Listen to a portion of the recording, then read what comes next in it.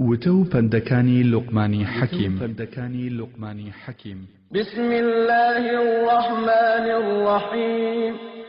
ولقد آتينا لقمان الحكمة أن اشكر لله ومن يشكر فإنما يشكر لنفسه ومن كفر فإن الله غني حميد.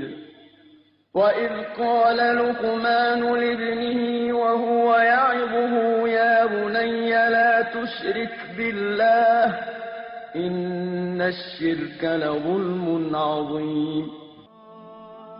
کوڕە شیرینەکەم، نەکەی کەسێک یان شتێک بکەی بە هاوبەش و هاوتای خوددا، چونکە بەڕاستی هاوتا و هاوبەش پەیداکردن بۆ خوا ستەمێکی گەورەیە کە مرۆڤ لە خۆی دەکات.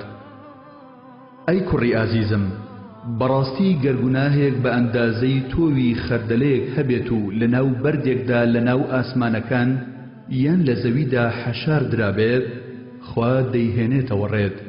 بەڕاستی خوا هیچ شتێکی لا شاراوە نییە و زۆریش ئاگادارە.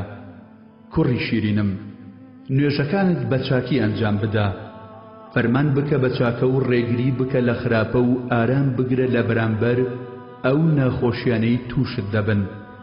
بەڕاستی ئەوانەی کە باسکران شتانێکن کە دەبێت هەر ئەنجام بدرێن. کوڕی شیرینم، ڕوودوەر مەگێڕە لە خەڵکو و بەناز و فیزەوە مەڕۆ بەسەر زەویدا. بەڕاستی خوا ئەو کەسانەی خۆش ناوێت کە بەناز و فیزەوە بەسەر زەویدا دەڕۆن.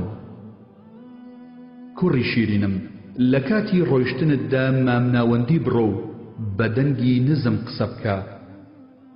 کوڕی خۆم، ئامۆژگاریت دەکەم بە دووشت کە دەستیان پێوە بگریت سەلامەت دەبیت.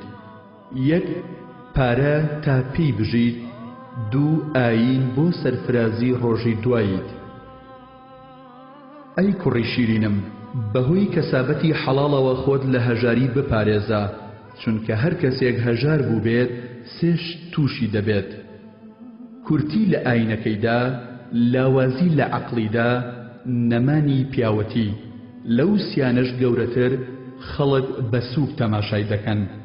کوڕی خۆم، دانایی و حیکمەت هەژار دەکات بە پاشا، نەکەی قیناع بپۆشی. بە شەو ترسناکە و بە ڕۆژ بێزراوە. ئەی کوڕی شیرینم، لە کارەکانتدا ڕاوێژ بە خاوەن ئەزمون و دنیادیدەکان بکە تا بیر و بۆچوونی خۆیانت بە خۆڕایی بدەنێ کە خۆیان بە هەوڵ و ماندووبوون دەستیان کەوتووە.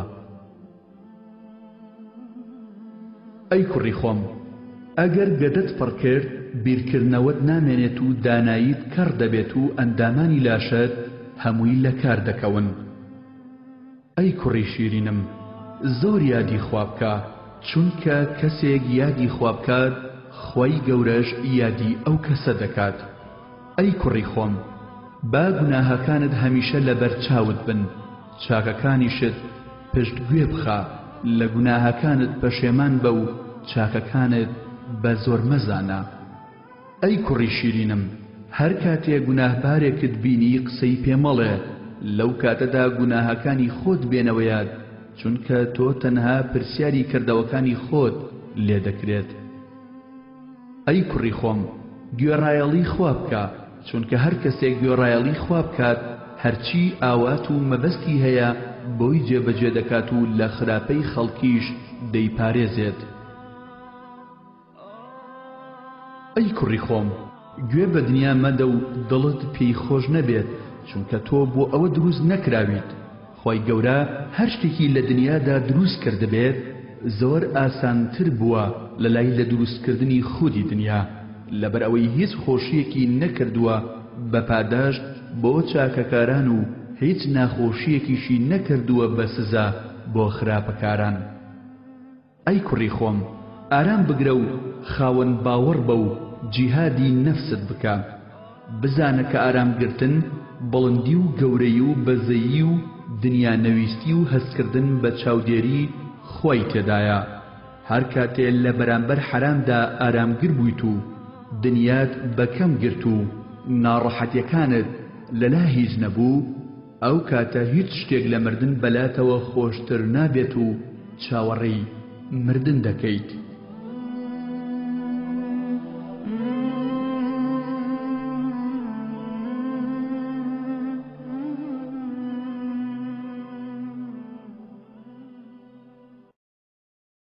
وتە و پەندەکانی لوقمانی حەکیم.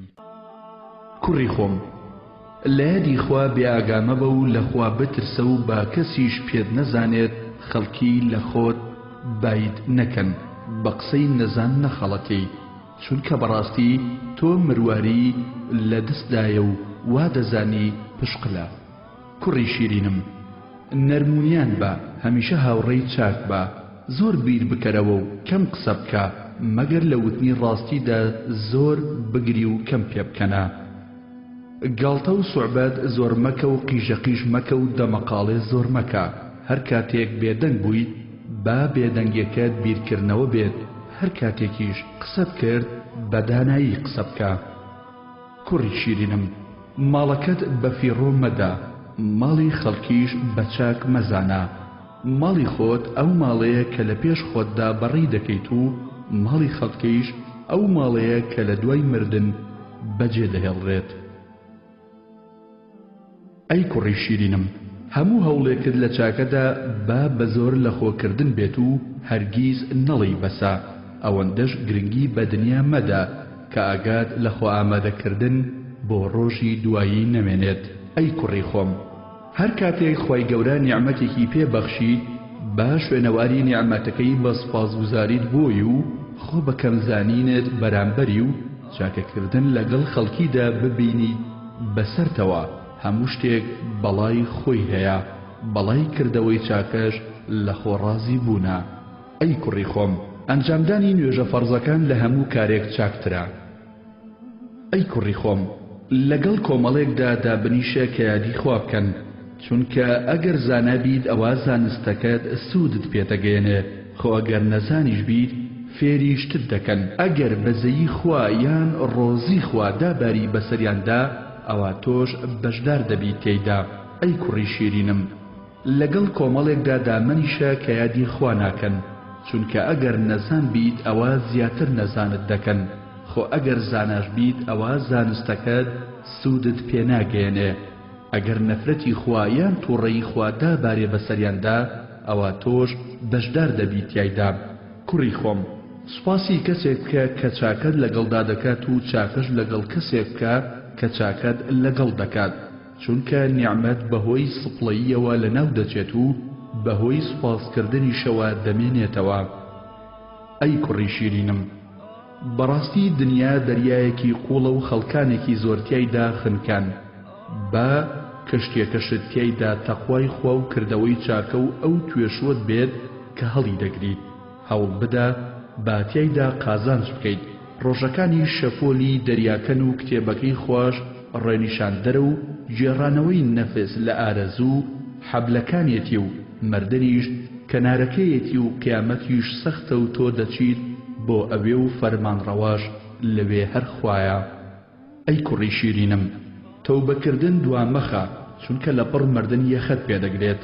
ئەی کوڕی شیرینم، ئەگەر ویستت هاوڕێیەتی کەسێک بکەیت سەرەتا تووڕەی بکە، ئەگەر لە کاتی تووڕەیەکەیدا ئارامی گرت ئەوە باشە، ئەگەر نا ئەوە هاوڕێیەتی مەکە.